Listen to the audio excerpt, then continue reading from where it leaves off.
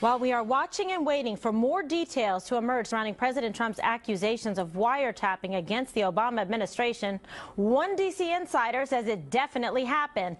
Kathy Aru is that insider. She's a liberal journalist who served as a senior advisor in the Bush administration, and she joins me now. So, Kathy, what do you know? All right, well, my sources this morning, my source from the White House told me she thinks it's all true. She said there were concerns that Trump, and this is from the White House and the administration, so inside the White House, there were concerns that Trump and his surrogates may have been colluding with the Russians as a possible bargaining chip to influence the election.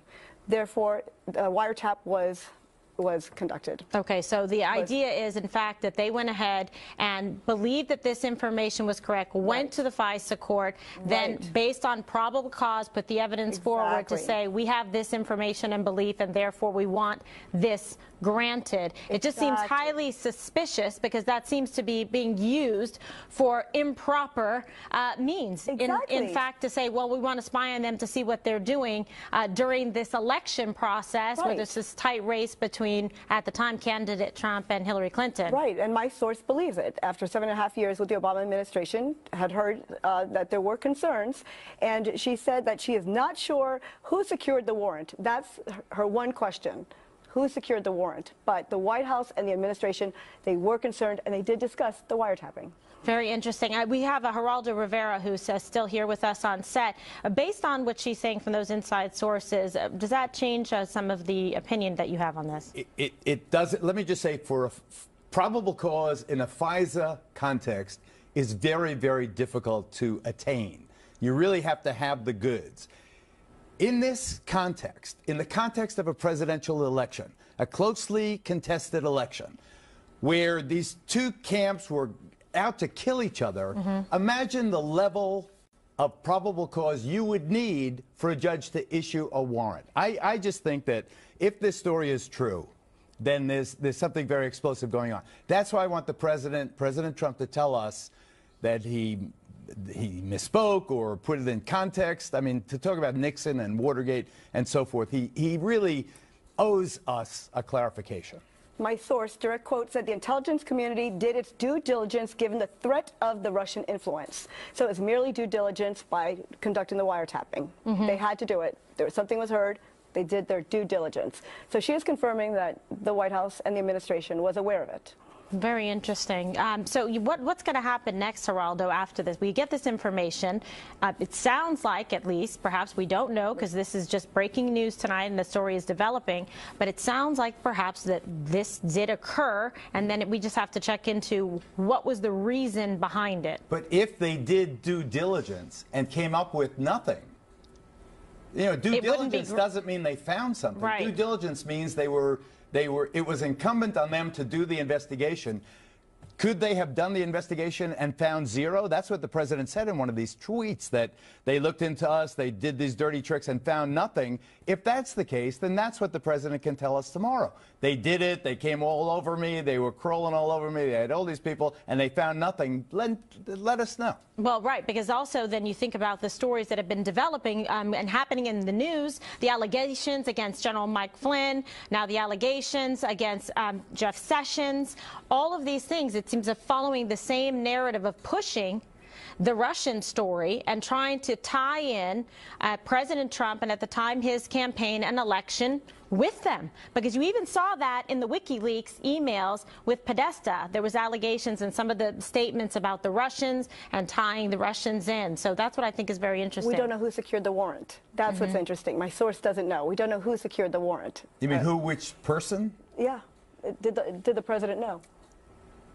I can't imagine the president wouldn't know. That's what my source believes. I mean, the president couldn't or wouldn't order it, but he had to know. Yeah, the president can't specifically order it himself. It would have to be intelligence agency or the FBI putting it forward. But what was the nexus of this? What, in fact, generated this request, this interest? What was it based on? There has to be a legal reason, and it can't be that one side was trying to weigh and tip the election based on their ideology or political orientation. Just the only thing is that General Flynn and Jeff Sessions are not accused of espionage or anything like it. They're accused of not telling the truth under oath. That's way different than this national security that they knew or they were dealing with the Russians. We got to be clear about that. Absolutely. All right, Kathy and Geraldo, thank you so much. And President Obama's supporters, they are defending him tonight, saying a president cannot order a wiretap. But rules didn't stop the Obama White House before. Remember when the IRS targeted conservatives? Well, Rick Grinnell has some perspective on that next. Stay with us.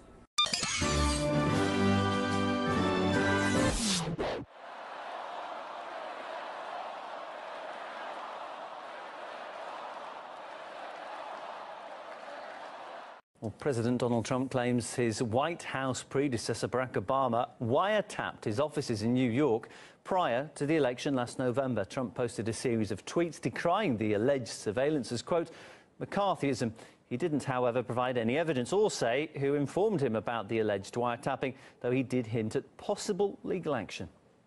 Barack Obama's spokesman responded to Trump's accusations, saying, this is a direct quote, neither President Obama nor any White House official ever ordered surveillance on any U.S. citizen. Let's bring in former CIA analyst and State Department official Larry Johnson. Joins me live on the line. Very good afternoon to you, Larry. We've heard it said that these are really serious accusations by some guests we've had on so far. What's your assessment of what Donald Trump's had to say? How big a deal is this? I think it's a huge deal. The problem is Trump probably shouldn't have done this via Twitter, because to call it that it was a wiretap is technically inaccurate. And the denials by the Obama people are like Bill Clinton asking what the meaning of is with respect to, was oral sex a sexual act? In this case, I understand from very good friends that what happened was both Jim Clapper, John Brennan at CIA were intimately involved in trying to derail the candidacy of Donald Trump. That there was some collusion overseas with Britain's own GHCQ. That information that was gathered from GHCQ was actually passed to John Brennan, and it was disseminated within the U.S. government. This dissemination was illegal. Donald Trump is, in essence, correct that the intelligence agencies and some in the law enforcement community on the side of the FBI were, in fact, illegally trying to access, monitor his communications with his aides and with other people. All of this with an end to trying to destroy and discredit his presidency. I don't think there will be any doubt of that. I think it's worth noting that the head of the National Security Agency, and Admiral Rogers, made a journey to Trump Tower shortly after Trump had won. And in the immediate aftermath of his visit, Jim Clapper and others in the intelligence community called for him to be fired. Now, why did Rogers go to Trump Tower? My understanding is, let's call it, it was to cover himself, because he was aware that the NSA the authorities had been misused and abused with respect to Donald Trump. So I think Trump's decision to go out this morning and tweet this was fully intended to send a notice and send word that I don't think he's doing this without evidence. He does have evidence. I think it was just inartfully expressed in the tweet. You would think that if he's going to make such a serious accusation, do it so publicly, like you said, there would have to be evidence. Do you think we've not seen a lot of evidence in any of this whole Trump-Russia debacle. Do you think we will see any firm evidence in this case? Well, there is no evidence on the side of Russia meddling in the U.S. election. I saw that you had Brent Badowski on earlier, and I simply wish that you folks would ask him a very basic question. Ask him, what specifically did Russia do that influenced the U.S. election? The answer is nothing. Russia did not set up front companies. Russia did not provide money to the Trump campaign so that they could buy advertising. Russia was not providing advisors, direct or indirect, as cutouts to advise Trump on how to defeat Hillary Clinton. So the classic things that we would see. Does Russia run intelligence operations against the United States? Yes. And does the United States do that against Russia? Yes. But this is an entirely, completely different matter. So I think what we're seeing here is, some think it's an exaggeration, but I do not. there is a genuine effort to try to take out and defeat Donald Trump, even in the aftermath of his election. And there are still senior people in jobs at the National Director of National Intelligence Office, the Office of the Central Intelligence Agency, the National Security Agency, that these are senior intelligence executives that ought to be fired. They ought to be marched right out the door. But you talked about you believe that there's evidence there. And Donald Trump, let's be honest, he has been on the ropes a lot since he took office. He's been mostly a sort of a defensive stance he's taken. Will he be able to produce the evidence? And will he be able to actually sort of take the upper hand in this fight against not just the former establishment and the Democrats, but also of the media? He's fighting them all en masse, really. Yeah, no, listen, this is a coordinated, organized effort.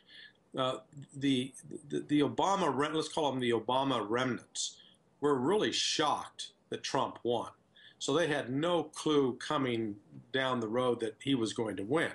Once he won, they genuinely thought that they could do things and plant information in the press that would put so much pressure on him that he would not be able to take the oath of office. And those efforts backfired. That was one of the reasons the so-called dossier on Trump's alleged misbehaviors in Russia was leaked. All of this was part of a coordinated, planned campaign by people that are linked to Barack Obama. Now, did Barack Obama pick up the telephone and tell Jim Clapper or John Brennan to do X, Y, and Z? No, I don't think that's the case. My understanding, though, is Obama did give the green light when he was briefed on information that had come from British GHQ to U.S. intelligence officials, that he gave the green light to go ahead and try to start distributing and using that in an improper way. So this has to be, I think, done very methodically, because there are, I think, very well could be criminal charges brought against former members of the Obama administration for what they've done. What they're doing is, I think, would fall under the definition of sedition, which I realize sounds very alarmist. But the reality of what's going on is these are not isolated events generated by actions that have been taken by Donald Trump and his surrogates. These are actions that are being generated by opponents of Donald Trump trying to force actions out of the Trump team. Larry, good to speak to you. Thanks for joining us again here on RT. Former CIA analyst and State Department official Larry Johnson giving us his views there.